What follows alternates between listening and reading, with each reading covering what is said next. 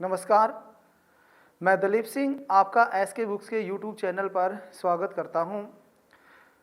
जैसा कि screen board पर दिखाया गया है, श्री कृष्ण कोचिंग सेंटर की ऑनलाइन कोचिंग की ऐप पर आर्मी अग्निवीर के नए बैच प्रारंभ हैं और ये बैच हैं जैसे आपको दिखाया गया, आर्मी जीडी है, army clerk, army technical, army tradesman और आर्मी नर्सिंग है।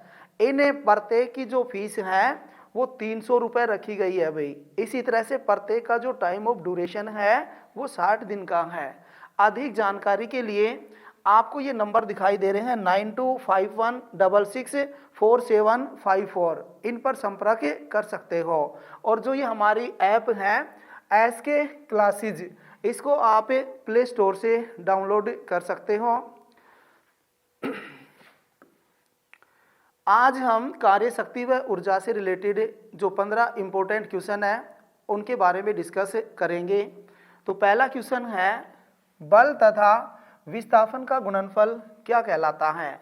तो भी जो कार्य है उसका सूत्र हमें याद रखना है, W बराबर F dot S cos theta होता है। अब ये जो थीटा है वो F और S के बीच में बनता है। यदि F और S के बीच में थीटा का मान 0 होता है, यानी किसी वस्तु पर बल लगाने पर यदि वो बल की दिशा में विस्थापित हो जाती हैं तो हम अधिकतम कार्य कहते हैं। तो यानी यहाँ पर यदि मैं कोस 0 रखता हूँ और कोस 0 का मान 1 होता है तो हमारा सूत्र क्या हो जाता है, F डॉट एस हो जाता है भाई। तो यहाँ पर बल गुणा विस्थापन, यानी कि बल का और विस्थापन का जो गुणनफल है वो किसके बराबर, कार्य के बराबर होगा। तो आंसर कौन सा, बी ऑप्शन करेक्ट आंसर है। अब इसी के साथ इसका मात्रक भी ध्यान रखना में, न्यूटन मीटर, जैसे बल का मात्रक न्यूटन कहेंगे, दूरी विस्थापन है, विस्थापन का मात्रक मीटर कहेंगे, या फिर सीजियस में, ये तो एसआई पद्धति में था। इसी तरह इसका यदि हम सीजियस पद्धति में बनाएंगे तो डायन सेंटीमीटर बन जाता है। तो ये दोनों ध्यान रखने हमें, एसआई में न्यूटन मीटर, सीजियस में डायन सेंटीमीटर।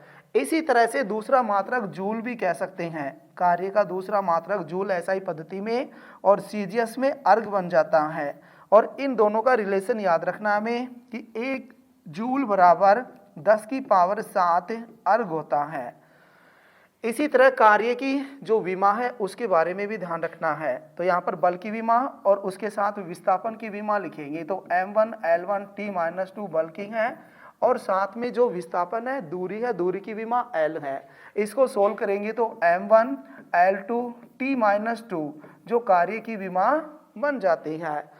इसी तरह ए ऑप्शन में शक्ति है, तो शक्ति के बारे में ध्यान रखेंगे, कार्य करने की दर शक्ति कहलाती है, जिसका सूत्र हो जाएगा P बराबर W बटे T, यानी कार्य किस दर से हो रहा है तो कार्य करने की दर शक्ति कहलाती है। मात्रक हो जाता है इसका एक तो वाट, दूसरा यहाँ से बनाएंगे तो जूल प्रति सेकंड, जूल प्रति सेकंड, ये भी कार्य का शक्ति का मात्रक बनता है। इसी तरह से बड़े मात्रक की बात करेंगे तो जैसे हॉर्स पावर है, किलोवाट है, ये भी शक्ति के मात्रक बनते हैं। और 1 हॉर्स पावर में हमें ध्यान रखना है 746 वाट होते हैं भाई, एक अश्व शक्ति में 746 वाट होते हैं। इसी तरह से 1 किलोवाट में यदि हमारे से वाट पूछता है तो कितने, 1000 वाट होते हैं। तो ये दोनों रिलेशन याद रखने हमें कि एक अश्व शक्ति में 746, 1 किलोवाट में 1000 वाट होते हैं। शक्ति की जो विमा बनाएंगे तो ऊपर कार्य है, नीचे टी है, तो कार्य की विमा अभी हम लिख रहे थे क्या, m1 L2 T-2, इसको हम टी से भाग करेंगे तो शक्ति की जो विमा है वो क्या बनेगी, m1 L2 और एक टी और जाता है ऊपर तो T-3 हो जाता है। तो ये शक्ति की डायमेंशन विमा हो जाती है। सी ऑप्शन में ऊर्जा है भाई, तो कार्य करने की क्षमता ऊर्जा कहलाती है, जिसका मात्रक जूल होगा। और इसकी जो विमा है कार्य की विमा के बराबर होती है भाई, तो कार्य की विमा m1 L2 और T-2 थी, तो ऊर्जा की विमा भी यही बन जाती है। सीजियस मात्रक में अर्ग ध्यान रखेंगे और जूल और अर्ग का ये रिलेशन ध्यान रखना है। नेक्स्ट क्वेश्चन है, किसी पिंड की गतिज ऊर्जा होती है, यानी कि गतिज ऊर्जा का सूत्र पूछा गया हमारे से। तो हमें ध्यान रखना है कि कोई भी वस्तु है उसकी काइनेटिक एनर्जी गतिज ऊर्जा 1/2 mv का स्क्वायर होती है। हमें ध्यान रखना है अकेला v का स्क्वायर होना चाहिए, तो वो वाला ऑप्शन हमारा सही जाता है। तो यहाँ पर कौन सा बी ऑप्शन करेक्ट आंसर है। अब ए ऑप्शन में क्या दिखा रखा है, 1/2 m और v इन दोनों का होल स्क्वायर दिखा रखा है, तो यहाँ पर m का भी स्क्वायर हो जाता है, जो गलत है, हमें नहीं चुनना। इसी तरह से यदि इसको इस रूप में लिख लेता है 1/2 mv का स्क्वायर, तो ये सही है, क्योंकि यहाँ पर इसको खोलेंगे तो अकेला v का स्क्वायर होगा, m का स्क्वायर नहीं होता। कई लोग इसमें भी कंफ्यूज हो जाते हैं, इसको छोड़ देते हैं और एक ऑप्शन मिल जाता है, इनमें से कोई नहीं, उसी पर टिक कर देते हैं। तो आप इसको सोल्व करोगे तो क्या आता है, यही बनेगा 1/2 mv का स्क्वायर। दूसरी बात, जो गतिज ऊर्जा है वस्तु के वेग के स्क्वायर के डायरेक्टली प्रोपोर्शनल है, यानी वस्तु का वेग चेंज करेंगे तो गतिज ऊर्जा चेंज हो जाती है। अब हमें क्या करना है, जैसे कह देता है क्वेश्चन, कोई भी वस्तु है उसका वेग डबल कर दिया गया तो उसकी गतिज ऊर्जा पर क्या प्रभाव पड़ता है, तो आपको जितना वेग चेंज कर रहा है उसका स्क्वायर करना है बस। वेग को दुगना किया तो 2 का स्क्वायर कितना, 4 हो जाता है, यानी गतिज ऊर्जा कितनी गुना, 4 गुना हो जाती है। जैसे कहेगा कि कोई वस्तु है उसकी गतिज ऊर्जा k है और यदि उसका वेग आधा कर दिया जाए तो उसकी गतिज ऊर्जा कितनी गुना हो जाएगी। तो वेग को कितना आधा कर रहा है, अभी आधा का स्क्वायर करेंगे तो कितना 1/4, यानी गतिज ऊर्जा k/4 हो जाती है। तो इस तरह से हमें ध्यान रखना है। एक होती है स्थितिज ऊर्जा, पोटेंशियल एनर्जी कहेंगे इंग्लिश में, स्थितिज ऊर्जा PE शॉर्ट फॉर्म में। अब इसका भी सूत्र याद रखना है, जो क्या होता है mgh, जो डी ऑप्शन में दिया हुआ है। m वस्तु का द्रव्यमान है, g गुरुत्वीय त्वरण, h ऊंचाई है, तो स्थितिज ऊर्जा का सूत्र होता है। इसी तरह गतिज ऊर्जा में v वस्तु का वेग ध्यान रखेंगे, m वस्तु का द्रव्यमान। और जो स्थितिज ऊर्जा है इसके एग्जाम्पल बन जाते हैं, जैसे रुके हुए बांध के पानी की ऊर्जा, खिलौने होते हैं चाबी वाले, या घड़ी होती है चाबी वाली, उसमें चाबी भरने से जो ऊर्जा उत्पन्न हो जाती है कौन सी, स्थितिज ऊर्जा। इसी तरह से यदि हम कोई स्प्रिंग है, स्प्रिंग को खींचते हैं और खींची हुई स्प्रिंग में जो ऊर्जा उत्पन्न हो जाती है वो कौन सी, स्थितिज ऊर्जा होती है। चलते हुए पानी या फिर चलती हुई गाड़ी, बहते हुए पानी या चलती हुई गाड़ी में कौन सी गतिज ऊर्जा होती है। उड़ते हुए वायुयान या फिर गोली से छोड़ी, बंदूक से छोड़ी हुई गोली की ऊर्जा, ये किसमें, दोनों में आती है, स्थितिज में भी और गतिज में भी। तो ध्यान रखेंगे हम, आंसर बी ऑप्शन था यहाँ पर।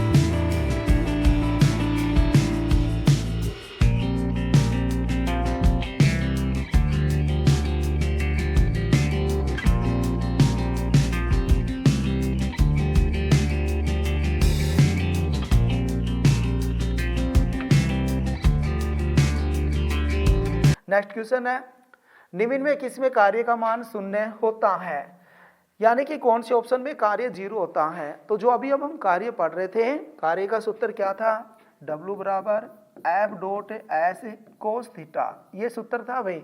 यहाँ पर देखो वेरिएबल यहाँ पर 1, 2 और 3 चीज है, तीनों में कोई सा भी 0 हो जाएगा तो कार्य 0 है। तो ऑप्शन देखते हैं, एक दोलन पूरा करने में किया गया कार्य।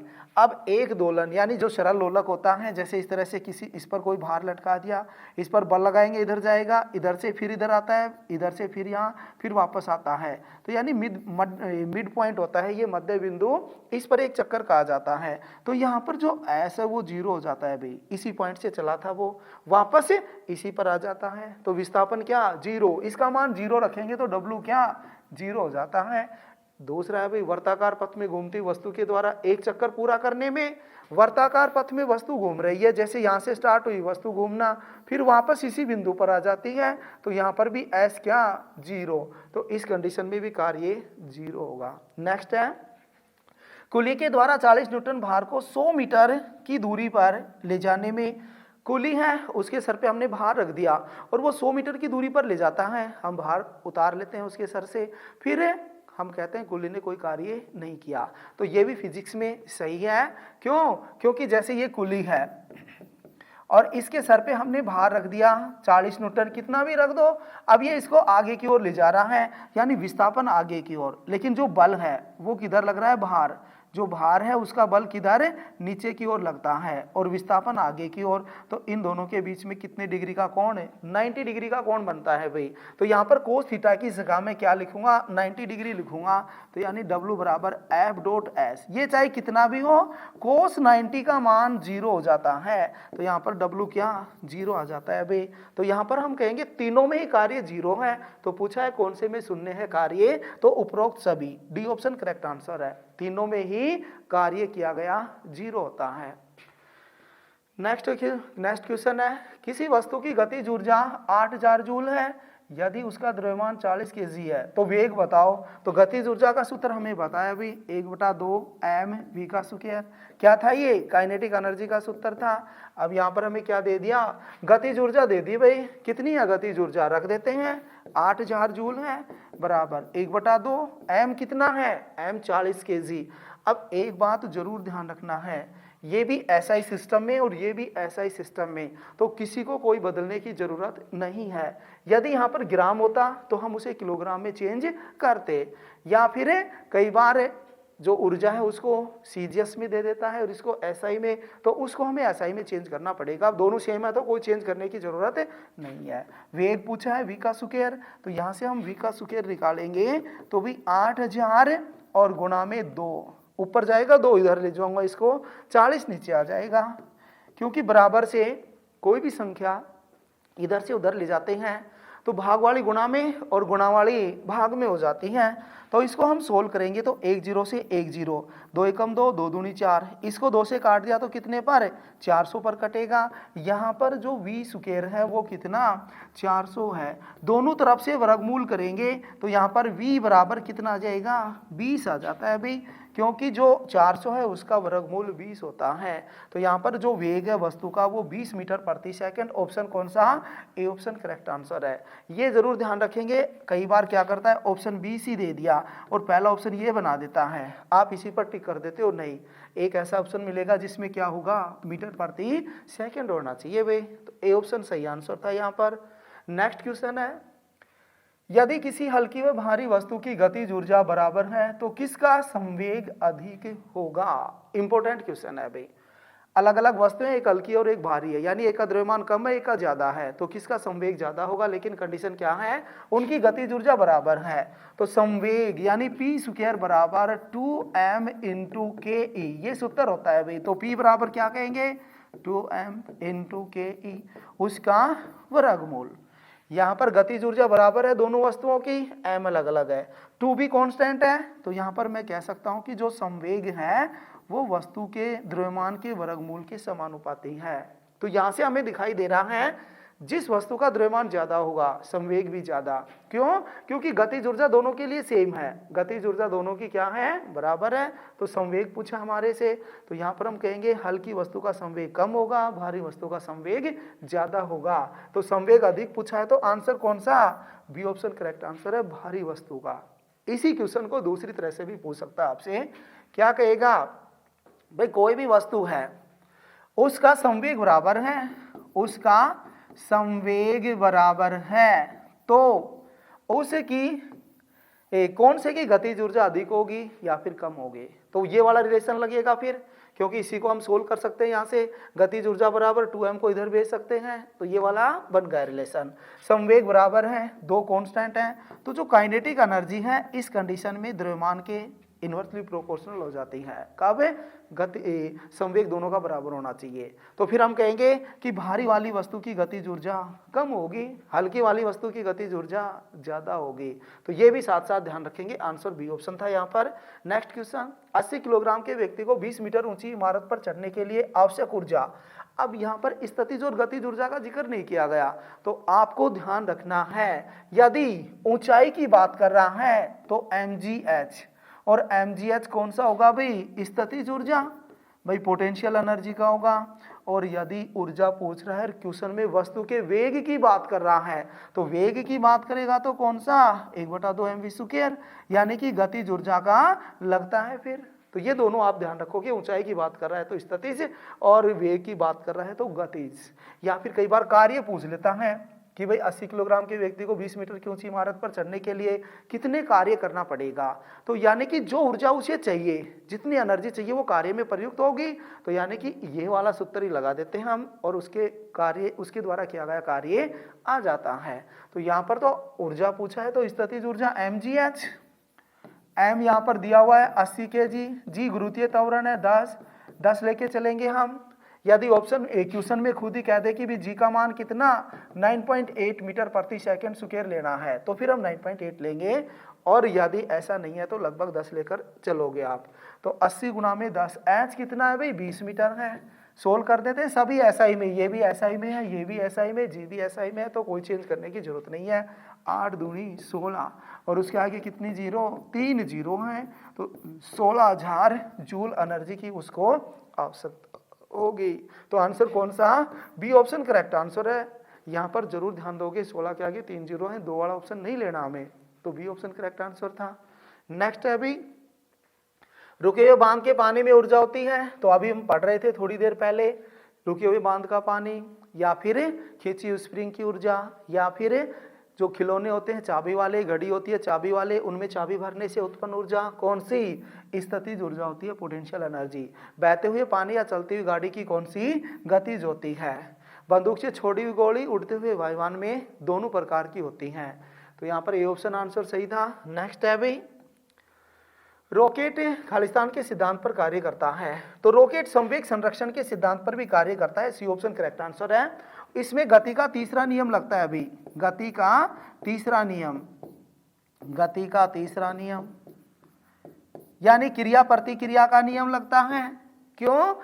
जो गैसीय ईंधन है वो जलकर जिस वेग से नीचे निकलती है उसी के अकॉर्डिंग रॉकेट ऊपर की ओर जाता है, यानी क्रिया प्रतिक्रिया लग रही है। संवेग संरक्षण कैसे? यानी कि जो P1 है और P2 के बराबर होता है। घटना से पहले का संवेग घटना के संवेग के बराबर है। नेगेटिव साइन डायरेक्शन को शो करता है कि वस्तु उसे अपोजिट डायरेक्शन में जा रही है, तो गैसें नीचे की ओर निकल रही हैं तो रॉकेट ऊपर की ओर जा रहा है। तो अब ये कब होगा? यानी m1 v1 बराबर माइनस m2 v2 कह रहे हैं यहाँ पर। जैसे रॉकेट है, शुरुआत में उसका द्रव्यमान m था, गैस जलकर बाहर निकल रही है तो द्रव्यमान कम होगा, यानी m2 का नाम दे दिए, द्रव्यमान कम हो गया। अब जिस रेट में द्रव्यमान कम होता है उसी रेट के अनुसार वेग उसका बढ़ना चाहिए, बढ़ता है तभी वो कंजर्व होता है भाई। तो इसीलिए संवेग संरक्षण के नियम पर भी आधारित है रॉकेट या अंतरिक्ष यान। परनोद आ जाता है कई बार ऑप्शन में, परनोद इस पर भी आधारित है। इंग्लिश में थ्रस्ट होता है अभी, एक तरह से धक्का होता है, जैसे गैसें जलकर बाहर निकलती हैं तो रॉकेट पर ऊपर की ओर धक्का लगता है, वो परनोद या थ्रस्ट कहलाता है। उस पर भी आधारित है कौन? गति का तीसरा नियम। ए ऑप्शन में ऊर्जा संरक्षण का नियम है, तो ऊर्जा एक सिस्टम से दूसरे सिस्टम में परिवर्तित की जाती है, लेकिन ऊर्जा ना तो उत्पन्न की जाती और ना ही नष्ट की जा सकती। जैसे हम कहेंगे जनरेटर होता है डायनामो, उसके द्वारा यांत्रिक ऊर्जा को विद्युत ऊर्जा में बदलना। विद्युत मोटर होती है, विद्युत ऊर्जा को यांत्रिक ऊर्जा में बदलना। तो यानी ऊर्जा को एक रूप से दूसरे ऊर्जा में बदल रहे हैं, तो ऊर्जा संरक्षण का नियम कहलाता है। बी ऑप्शन में बर्नौली प्रमेय है, बर्नौली थ्योरम। इन्होंने कहा था कि कोई भी द्रव है यदि वो धारा रेखीय गति में बह रहा है तो उसके प्रत्येक बिंदु पर जो ऊर्जा होती है वो स्थिर होगी। अब ऊर्जा कौन कौन सी? दाब की ऊर्जा, गतिज ऊर्जा और स्थितिज ऊर्जा, इन तीनों का योग प्रत्येक बिंदु पर सेम होता है। तो जो हवाई जहाज होती हैं, हवाई जहाज वो बर्नौली के ऊर्जा संरक्षण के सिद्धांत पर ही उड़ान भरती हैं। इसी तरह से आंधी तूफान में जो टिन होती हैं उनकी छत उड़ जाती है, वो भी किस पर? बर्नौली के ऊर्जा संरक्षण के सिद्धांत पर ही आधारित होती हैं। क्यों? क्योंकि जैसे टिन है, टैन है, ये लगा रखी है टिन या टैन, अब पूरी तरह से बंद कर दिया यहाँ पर, तो क्या होता है, इस पर एक तो वायुमंडलीय दाब होता है भी, और एक नीचे के प्रेशर होता है, अंदर का वायु का प्रेशर होता है। जब आंधी आती है, तूफान आता है, तो जैसे ये वाला प्रेशर था इसको हटा लेता है, यानी इसको कम कर देता है। कम किया तो अंदर वाला तो वो ही रहता है ना प्रेशर, तो यानी वो कम और ये उतना ही, तो इसका मतलब अंदर वाला अब पहले की अपेक्षा ज्यादा हो गया। ज्यादा हो गया तो टिन को क्या करता है? उखाड़ देता है, वहां से हटा देता है। तो ये भी किस पर आधारित है? बर्नौली के ऊर्जा संरक्षण पर आधारित होता है। तो यहाँ पर ऑप्शन तो सी था। नेक्स्ट क्वेश्चन है, गतिज ऊर्जा प्लस स्थितिज ऊर्जा क्या कहलाती है? इन दोनों को मिला देंगे तो टोटल ऊर्जा मैकेनिकल एनर्जी कहलाती है, यांत्रिक ऊर्जा कहलाती है। B option C option correct answer है। प्रकाश ऊर्जा क्या है? प्रकाश का रूप ही एक प्रकार की ऊर्जा है, या प्रकाश से प्राप्त हुई ऊर्जा प्रकाश ऊर्जा कहलाती है। सौर ऊर्जा क्या है? सूर्य के द्वारा या जो फोटो सेल होते हैं उनसे प्राप्त ऊर्जा को हम सौर ऊर्जा कह सकते हैं, सोलर ऊर्जा कह सकते हैं। तो सी ऑप्शन करेक्ट आंसर था यहाँ पर। नेक्स्ट है, एक अश्व शक्ति में कितने वाट हैं?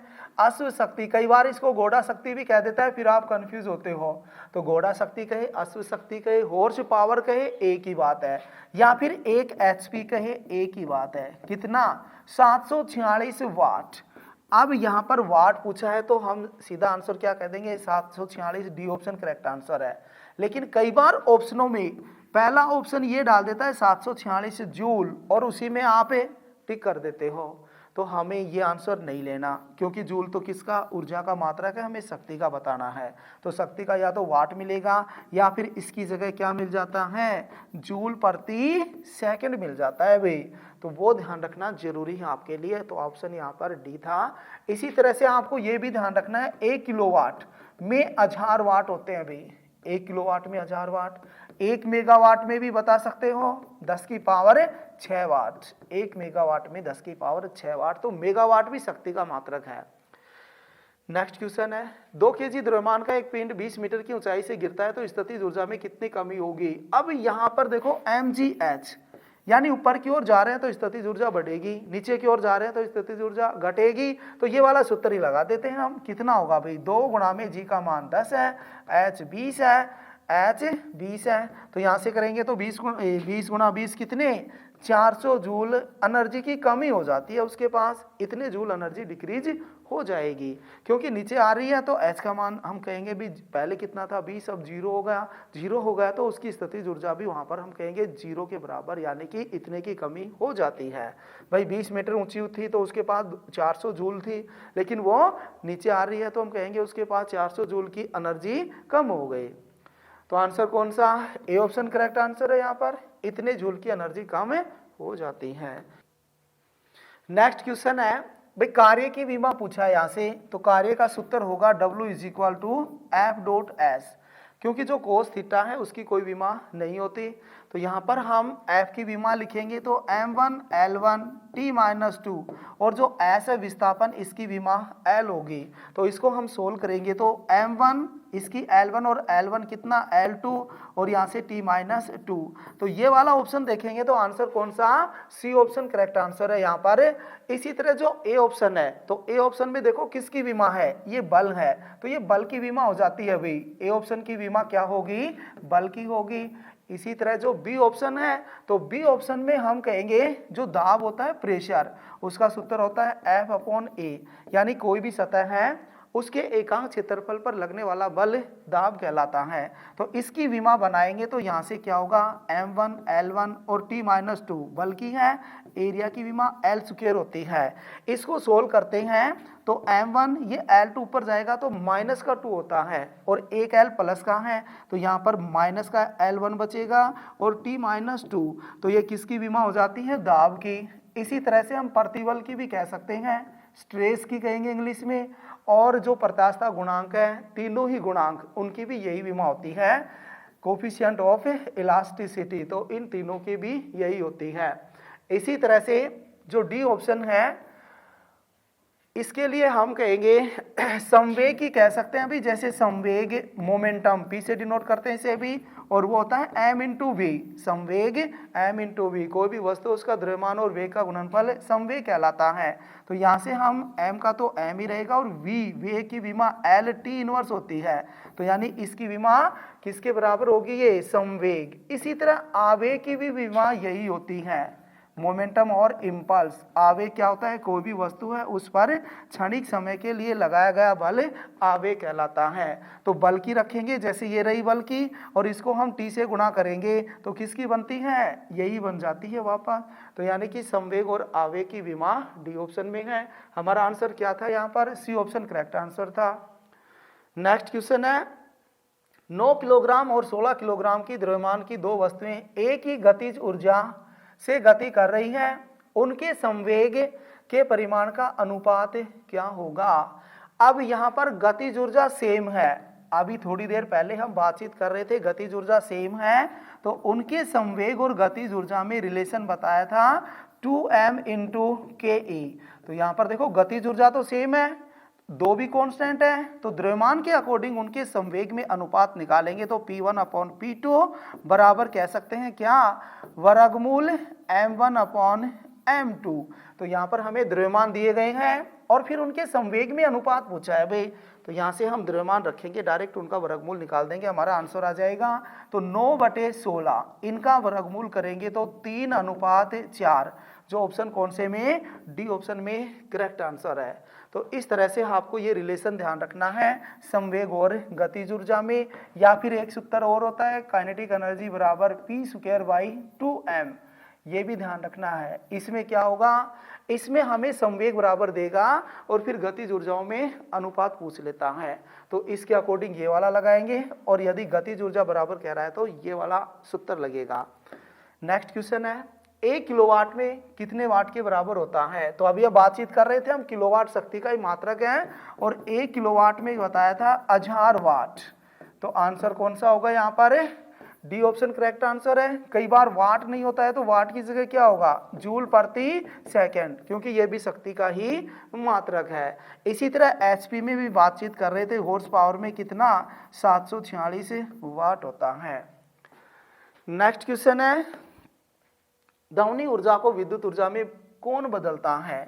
ध्वनि ऊर्जा को विद्युत ऊर्जा में बदलने वाला यंत्र पूछा गया है, तो आपको ध्यान रखना है कौन सा, माइक्रोफोन होगा भाई। ध्वनि ऊर्जा जैसे हम बोलते हैं और मोबाइल हमारी ऊर्जा को फिर विद्युत ऊर्जा में बदल देते हैं, तो माइक्रोफोन। इसी तरह उल्टा कहेंगे कि विद्युत ऊर्जा को ध्वनि ऊर्जा में बदलने वाला, तो फिर वो होता है लाउड स्पीकर। और विद्युत जनरेटर क्या करता है, यांत्रिक ऊर्जा को विद्युत ऊर्जा में बदलता है, यांत्रिक ऊर्जा को विद्युत ऊर्जा में बदलता है। इसी तरह से विद्युत मोटर क्या करती हैं, ये विपरीत होता है, विद्युत ऊर्जा को किसमें, यांत्रिक ऊर्जा में बदलती हैं। तो इस तरह से ऑप्शन हमारा यहाँ पर ए ऑप्शन सही आंसर था। तो इस तरह से हमने इस टॉपिक के ये 15 क्वेश्चन क्लियर किए, कंप्लीट किए।